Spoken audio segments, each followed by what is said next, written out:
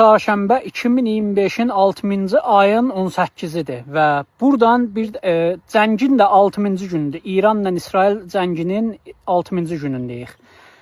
Buradan özümdən sonraki nəsillərə və bütün dilimi başa düşən insanlara bir dənə bir klip düzəltmək istədim.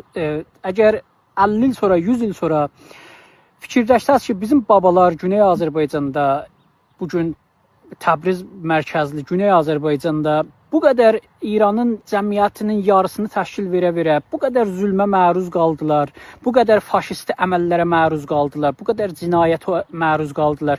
Niyə heç bir zaman səslərini çıxardamadılar, rejimi dəyişə bilmədilər? Ta bu ki İsrail gəldi, girdi işin içinə. Dəlili bu idi ki, biz heç bir zaman normal bir insan kimi Diqqətlə qulaq bu cavan oğlan burada o kadar önemli bir şey var oluyor ki, qeyri-adi dərəcədə fikir verin. Böyütülmədik.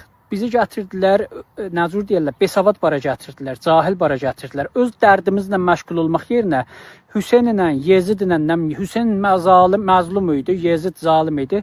Bunlarla həmişə məşğul olduq və ona görə cahil bara gəldik. Buna görə də 46 il bu cinayətkar İslami rejim eləyə bildi ki, bizə hər cürə istədiyi zülmü eləyə.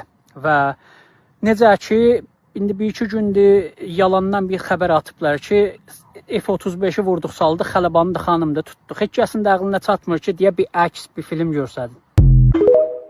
Baxın dostlar, deməli, bu adam da İranda yaşayan vətəndaşdır, o da belə düşünür. Bu İranın apardığı yanlış siyasetin nəticəsidir. İran eğer öz ölkəsində yaşayan bütün xalqların dilinə, mədəniyyətinə hörmət eləsəydi, heç bir vaxt İran vətəndaşı belə mühakimə yürütməzdi. Amma bütün bunlara baxmayaraq, bugün İsrailin hücumu pislənməlidir. Bütün dünya, o cümlədən Azərbaycan xalqı İsrailin əleyhinə açıq mövqe qoyulmalıdır. Eğer bu canavar veya it, üzləşdirəm ayı, dünən məni qapan itə hücum edirsə, o iti məğlub edəndən sonra mütləq məni sökəcək. Ələ sökəcək. Dostlar, hərdən birdən istədim ki, tarixi hadisələri də bir xatırlayaq, zehnimizi bir yaddaşımızı təzələyək.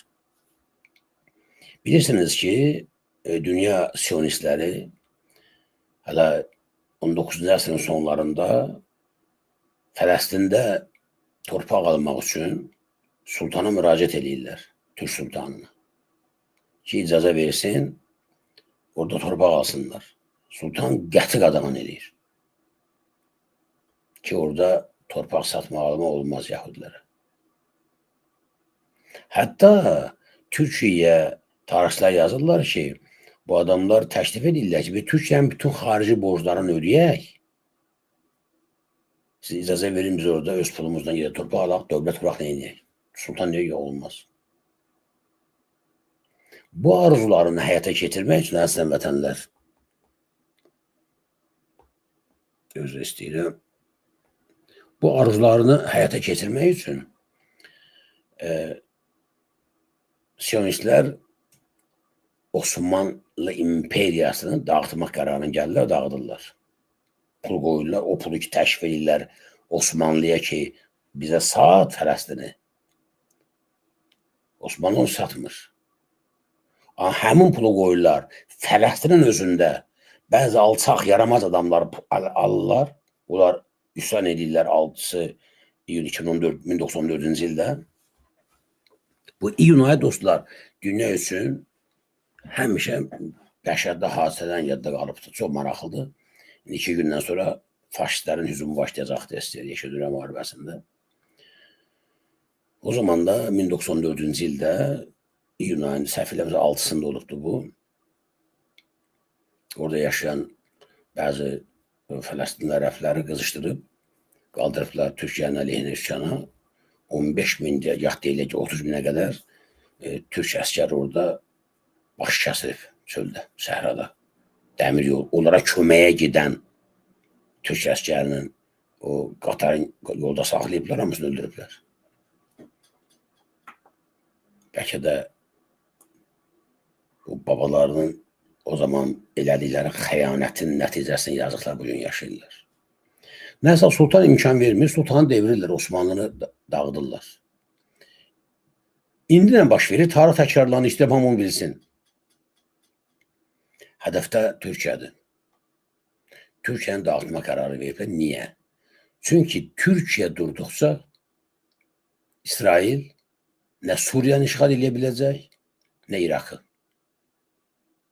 Türkiyə durduqca İsrail, bu faşist Netanyahu o beyninə qoyduğu uydurma böyük İsrail krallığını yarada bilməyəcək.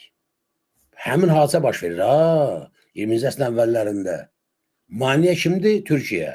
Demək, nə etmək lazımdır? Türkiyəni aradan qaldırmaq lazımdır. Türkiyəni aradan qaldırmaq üçün ən öndə olan, qabaqda olan İrandır. Suriya var orada. Suriya girə bilmir. Çünki Türkiyə imkan verməyəcək. İraqa girə bilmir, imkan verməyəcək. Həm İran, həm Türkiyə. İrandan başlayıblar. İran'a çöktürə biləcəklərsə dostlar, növbədə mütləq və mütləq görəcəksiniz Türkiyədir.